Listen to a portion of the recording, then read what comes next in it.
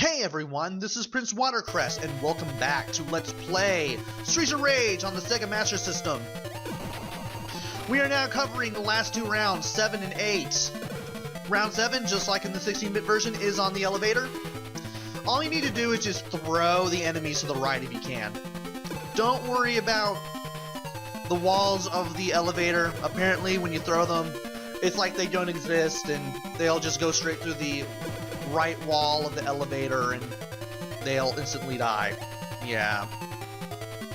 You have like 6 levels, I think, and each one has a specific kind of enemy. The first level has the yellow signals, and the second level has the gray and red karate guys, which can be a pain to get thrown off. If you need to, just use your full standing combo. If you can knock them to the right where they'll go over the wall, that'd be great.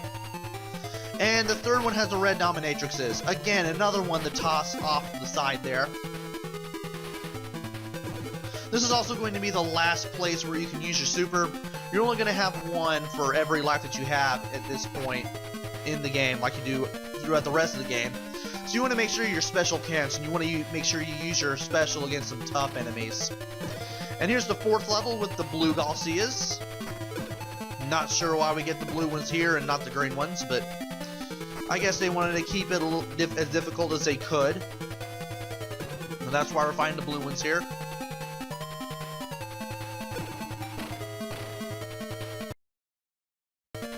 And I use my super, because I don't want to deal with these guys anymore. I know I'm eventually going to lose a life here.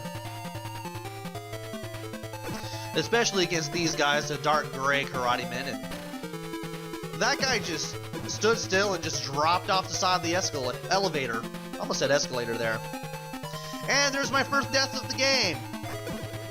I love how your character tries to get up, but can't. I also love how the karate guys will like leap through the wall with their kicks in this stage here. And we also have the green signals. I get them taken care of very, very quickly. And now we have the brown Garcias. Definitely want to toss them to the right side if you can. Definitely don't want to get stabbed with a knife either. I should mention that unlike the 16-bit version, when the elevator moves, you can't move. So you're stuck in place every time you go from one floor to the next. Once you're done with the brown Garcias, you're done with round 7. You don't get an animation of you going into the building like in the Genesis / Mega Drive version. You just transition straight to the round 7 clear screen, and then you go straight to round 8. Final stage in the game, just like on Genesis / Mega Drive, you go all the way to the left. You don't have a super for the entire stage. You're fighting a whole bunch of enemies. Gradually gets harder as you go further and further to the left. You do have the stationary serving trays that have the power-ups, but unlike the 16-bit version, you don't have the moving ones hounding you, so you don't have to worry about that. Those moving ones were a pain. Even if you were used to the game, those things could still take you out by surprise if you weren't careful and you weren't expecting them.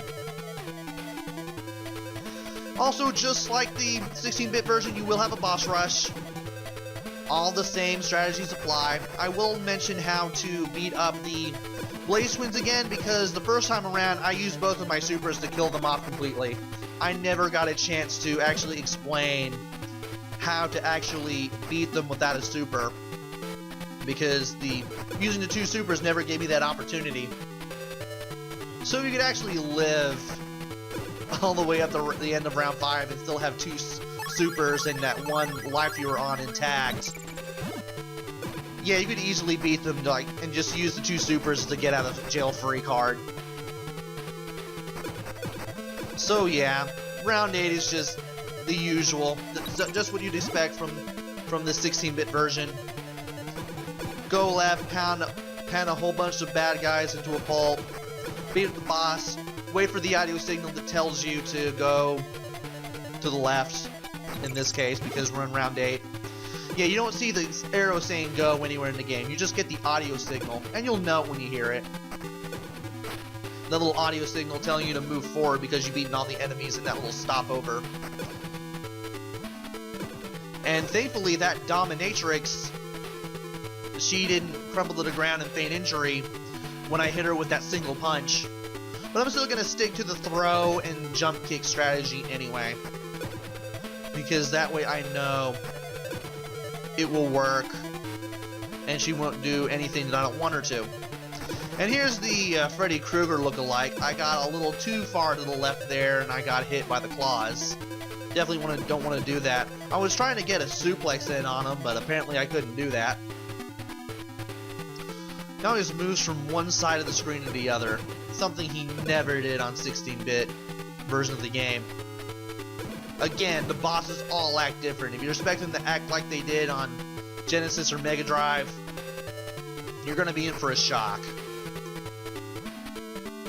Thankfully, most of these bosses, all you need to do is run around them in a diamond-shaped pattern, get in some hits, get in a throw or a suplex if you can, and eventually you'll be done with one boss and you'll be taking on another. We'll be seeing basically every enemy we've seen so far in the game. I think we don't see the Green Galcias, although I may be mistaken. We do get to see the white dominatrix enemies, and that's what I get for doing a knee and then a throw. The throw doesn't work, I get hit, I don't have enough energy to get back up, I try to get up and fail, I lose a life. I lose a few lives near the end, but thankfully I picked up so many of them just from playing it safe, using my standing combo for as much as I possibly can, going for a throw or a suplex when I know that I can do it and can do it safely without losing a whole lot of health. So, as long as you rely on that standing combo a lot and just know how to just duck and move to stay out of the way of these guys' attacks, especially against those aggressive karate guys, you'll pretty much have it made with this version of the game.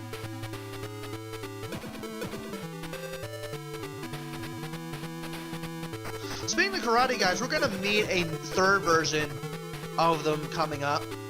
They are only in the 8th and final round of the game, and we don't get to see them until the very end of the round. We only see a few of them in total. I'll let you know when we see them. For now, let's go beat up Abadede one more time. He was a pain in round 3, he was a pain in round 5, he was a pain in round 8, but he never learned from either of those two beatings, and he's certainly not going to learn from this one either. Especially since I got some suplexes in. Also, that hurt. There he goes. We'll never be seeing him again.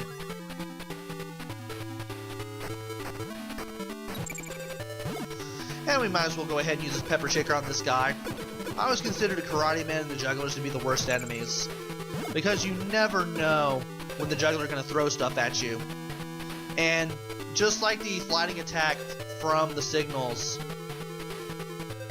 the axes that these guys throw can hit you from the side. You don't have to be perfectly lined up with them in order for them to hit you. And it can be very, very annoying. Add the fact that you're not invincible during your back throw animations or your suplex animations, and it makes finding them a little harder. But once again, you can grab them from right in front. You can just grab them just up front while they're juggling, and their projectiles won't hit you while they're juggling. They only hit you when they're thrown. So the jugglers are a little easier. And now we got this guy again. Can we line ourselves up? Apparently we can. If you can somehow get a jump forward and kick him while in the air, you'll get him lined up with you. Then all you have to do is just keep the pattern going, and you'll eventually beat him down. There is a knife there. I try to use it, but unfortunately it doesn't work in my favor. As you can see, I just stuck to the old line him up, jump kick him, and then just keep the pattern going thing that I was doing before I got hit.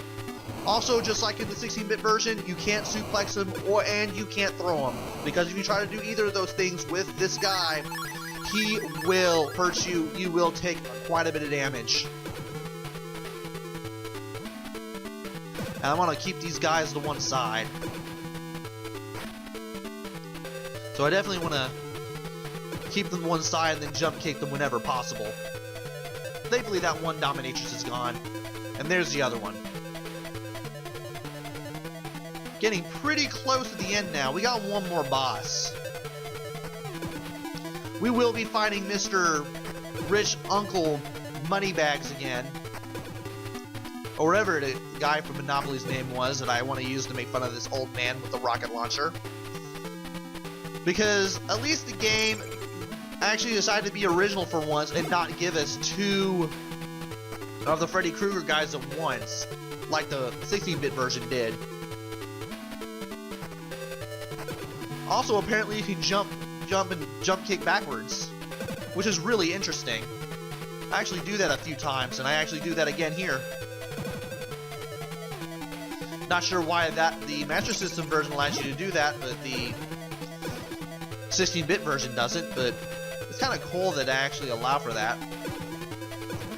Not sure if you would ever use that move in such a way as to actually hit an enemy, but it's there. Just like the back attack. And there's the rocket launcher guy again. Once again, we gotta try not to get hit with the rockets. They do seem to home in on you. They really, actually they do kind of follow you vertically. And if you're not careful, they can really wipe you out. And thankfully I managed to get this guy to move to the other corner there, giving me extra time to grab him. And from there, I just keep the suplexes going.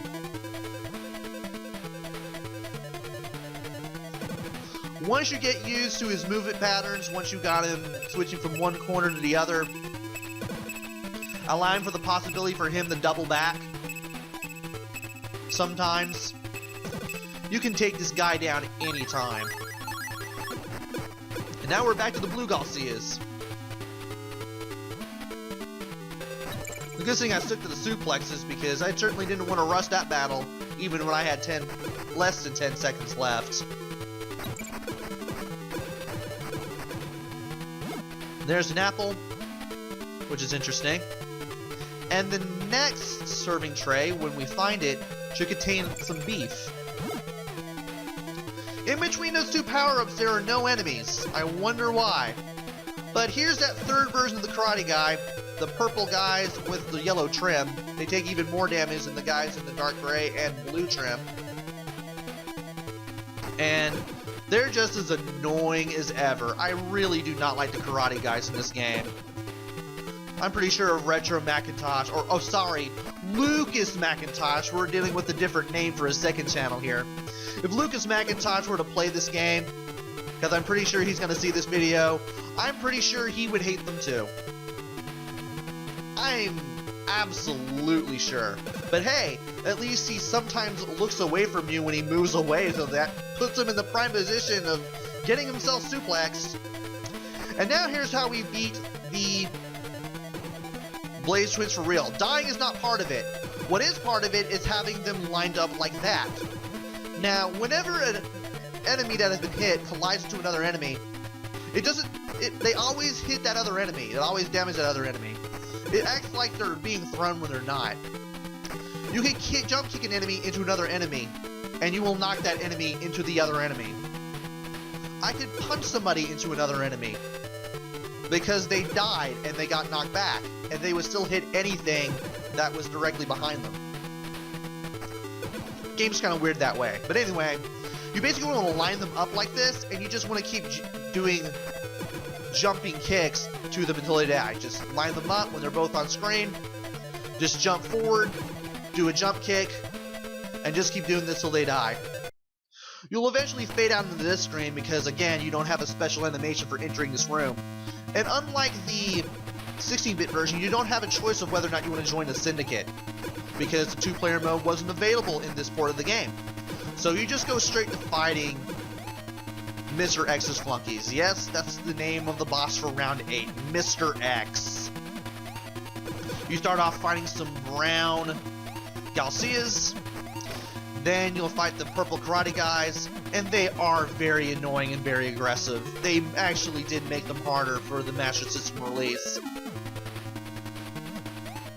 At least I was able to suplex this guy. Those karate men won't be troubling us anymore, but we do have the gray signals. At least these guys are easier to deal with, especially with the standing combo. Just make sure you keep them close to you and make sure they don't slide into you like that. As long as you can do that, you're solid. And I've lost a few lives, but I'm still at 6 lives. Here's what you want to do. He's gonna get in like a free shot. Once he shoots you, which is definitely going to hit you, you want to go straight to the center of the room, like I'm doing here. You want to hit him a couple times if you can. You want to keep hitting him and moving forward at the same time. And if you can grab him, be sure to do the 2 knees and the suplex, especially the suplex if you can't get the knees in. Mr. X is actually easier than you think. After a couple hits, when he's knocked down, he'll always go down into whatever direction he was facing, and then he reappears on the other side, so you want to be ready to turn around and then hit him again. You always want to stay in the center of the room just like I did. And just keep waiting for him to come towards you. When he's in close, just keep hitting him. Try to move forward a little bit if you can. If you grab him, do a throw or a suplex. Be sure to do that vault and do the suplex if you can, always, because that always does more damage. And you'll be getting this ending screen. You'll be getting this little set of ending screens. You don't get the credits, sadly, but at least you do get all the ending screens. And of course, you get the same credits music from the 16-bit version of the game. So, how does this game measure up? It doesn't look as good as the 16-bit version. I will give it that. Looks better than Game Gear, I would assume. I heard that Game Gear version does not look that good. I've only seen it like maybe once or twice, and it didn't really look that good as far as I could tell.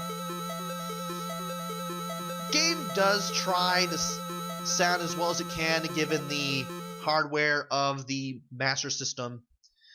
And it does actually sound good, though some parts are annoying, like the music for round 2 or the music for rounds 6 and 7. Some of the music can be very, very annoying. Pretty simple, standard Master System fare. Play control is the thing that I kind of have a little bit of a beef with. It controls kind of like the original 16-bit version, but sometimes it feels like when I'm trying to go from one direction to another, like say down and right to up and left, sometimes my character freezes. Maybe it was just me, maybe it was my controller, but it felt really weird. It kind of acts perfect, but sometimes the game just wants to be a jerk. Like when you try to do, sometimes you do a knee and then you decide to change your mind and do a throw. Sometimes you won't throw the enemy. Most of the time you won't throw the enemy. You're not invincible during the back throw or the suplex. You can still be hit out of those. The jugglers or the signal enemies could be to the side of you, and they could do the throw or the slide, respectively. And they wouldn't have to be exactly lined up with you. Like they could be like a couple pixels up or down, but mostly up from where you're at. Just a couple of pixels, and they can still do the slide and hit you, as you can see. So that's it just gives this game kind of a weird unfinished feel. Like it's not unfinished, doesn't feel unfinished to the point where the game can't be enjoyed, but it does make you wonder, and it does make you want to throw a few curse words at the screen because you thought that slide or that throw attack from the juggler or the signal was BS. And looking back at the footage for these videos, it really does feel that way at times. So the play control is okay. Play control is okay, but it definitely could have used some work. And there is a little bit of replayability in there. There is there is a one-player mode, but there's no two-player mode, sadly. There's 2 difficulties. You can play as all 3 characters. I know the Game Gear version did not have Adam, whereas the Master System version did. And at least there's plenty of replayability in that field. But again, your mileage may vary. You may actually put this game down after beating with your favorite character because of the stuff with the game engine that I mentioned earlier. Speaking of which, I also should give a special mention to pausing the game and pressing 1 to use a super. That's actually really good. Though, if you're playing this on console, you would have to be standing next to the console, and you would have to keep the pause button in easy reach, meaning you would have to keep the console at easy reach. It's weird and it makes sense at the same time. So do I recommend this game? Well, if you like Master System, I say give it a shot. If you like the 16-bit version, like I do, I say give it a shot just to see all the differences and, you know, just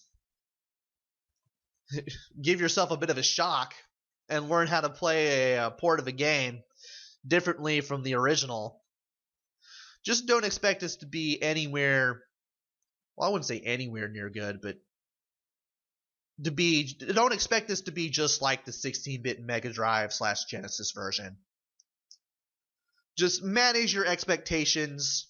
Know that this port is not perfect, even though it tries to keep all the goodness in as it can, and you'll do just fine with this.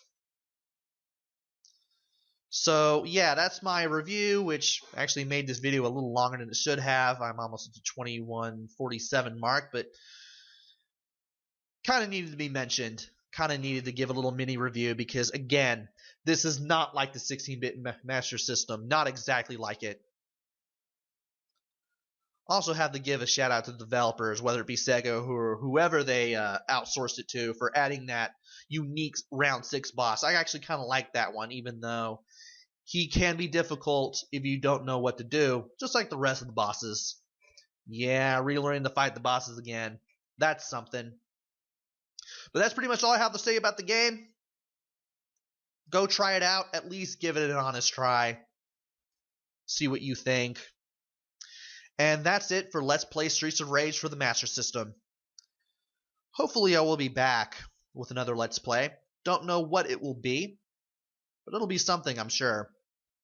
Until then, this is Prince Watercress. Take care, stay safe, thanks for watching, and see you guys later!